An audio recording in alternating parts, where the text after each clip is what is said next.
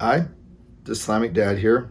It's been quite a while since I've made a video, but when things do come up that I feel that I can share that might be useful, maybe even entertaining for people, I do try to make these videos from time to time. So, one of the lessons that I've learned the hard way is, a total reversal from something that I had been, I guess, kind of inferred previously as I learned more about narcissism, narcissistic abuse, and narcissistic relationships.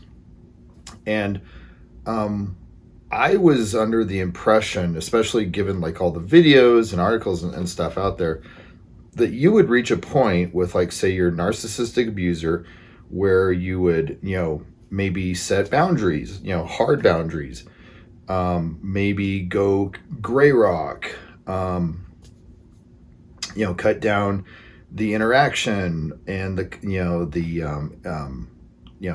any type of communication with them down to like almost zero, or if need be, just go no contact. That might mean a divorce, ultimately, if you're married, or it might mean, a breakup if you're in a relationship. And there might even be a situation where if the abuse is bad enough, you press charges and the police are involved. And then at that point, you would have, them incarcerated and them through probation and protection orders.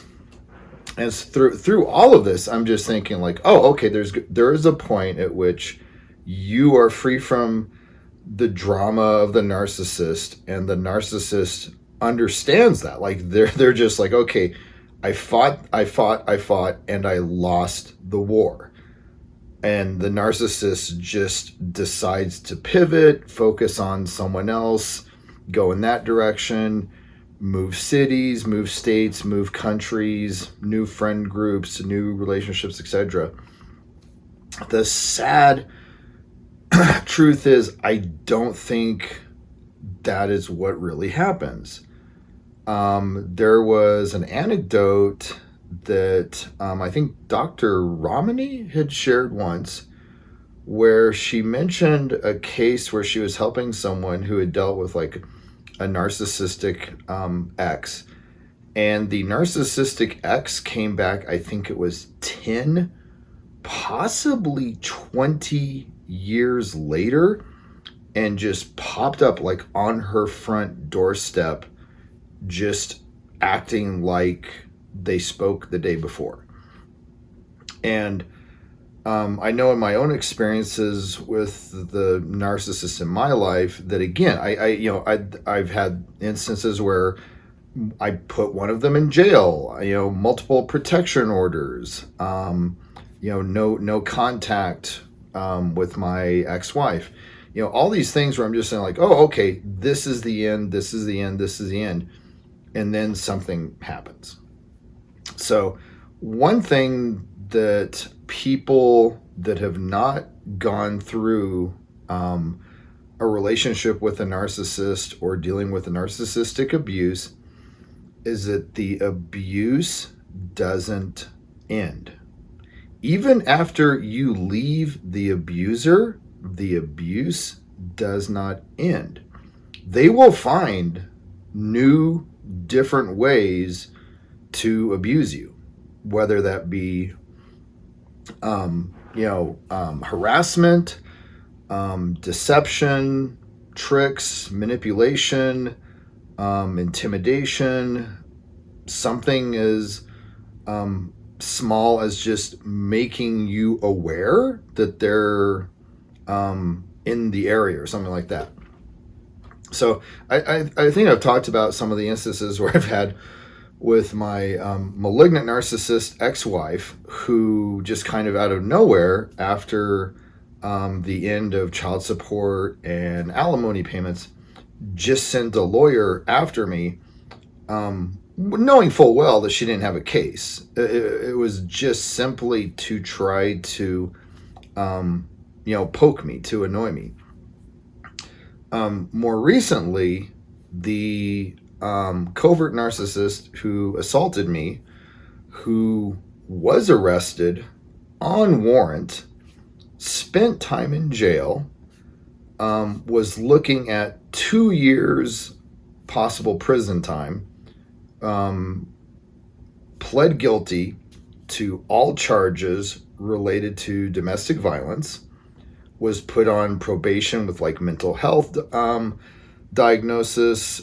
She had to get P-tests for drugs, alcohol, mental health assessment, domestic violence classes, protection order, all of that. I thought, okay, I'm done. Once the probation ended and the protection order ended, she started just showing up at places. And so one of the most jarring events happened to me just like maybe a couple weeks or a month ago, where I went to a dance club, in the same scene that I always have my social circle of my friends in, and the covert narcissist ex, who has spent time in jail, etc., was just sitting at the bar, knowing full well that like chances were I would show up that night. So she was there with a couple of her flying monkeys. That's just kind of a tangent, but it just goes to the point I'm trying to make is who has so little shame that they would go to jail, get arrested, have to go through all the domestic violence classes, probation, protection orders, all that, come out of that, and then just go back into the social circle that like was aware that this had happened. I mean, just I'm not going to dig into like the psychology of what may or may not be going on there. I don't really care. My point is that it's a perfect example that even after someone literally goes to jail, has a protection order in place for a period of time, that they view you as an object forever. And I think that's at least going into the psychology of that it kind of fits with that whole like object relations and stuff, and like the object in the I think it's object in the head or object in the mind, that basically once a narcissist decides that they want to control you and have power over you, even if you go no contact, divorce them, press charges, they still have you as that little object in their mind. And so 1 year, 2 years, 5 years, 10 years pass, in their mind, you're still this little object in their mind for them to control. And so if they're bored or maybe feeling weak and powerless, or they need to get a little bit of a hit of that validation through conflict or acknowledgement, they'll just maybe go through their mind and pick one of the objects and say, okay, I'm going to go after this person. Because I mean, normal people don't even if normal people hate someone, they don't waste their time to that degree going after someone who's basically been out of their life for 5 or 10 years.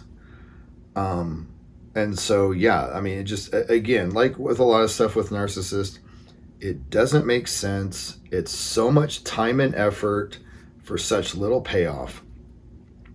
But that's it. I just wanted to make this video and again to really share the point that, unfortunately, from my own personal experience and kind of the some anecdotes that I've heard from other people, abusers don't stop abusing just because you leave them or just because you put them in jail.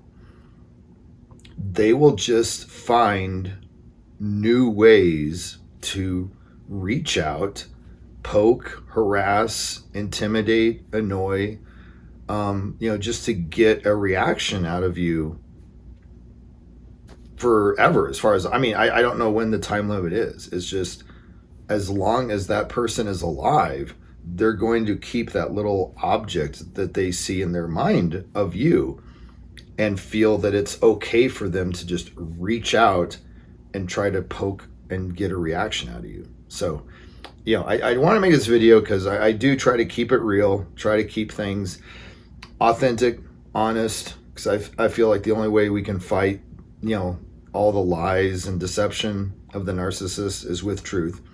And sometimes the truth stinks. And I think that this is one of those times where, the sad truth is narcissistic abuse doesn't necessarily stop even after you leave them. So, but yeah, just be aware, be safe, be informed. Hopefully this video has been helpful. Thanks.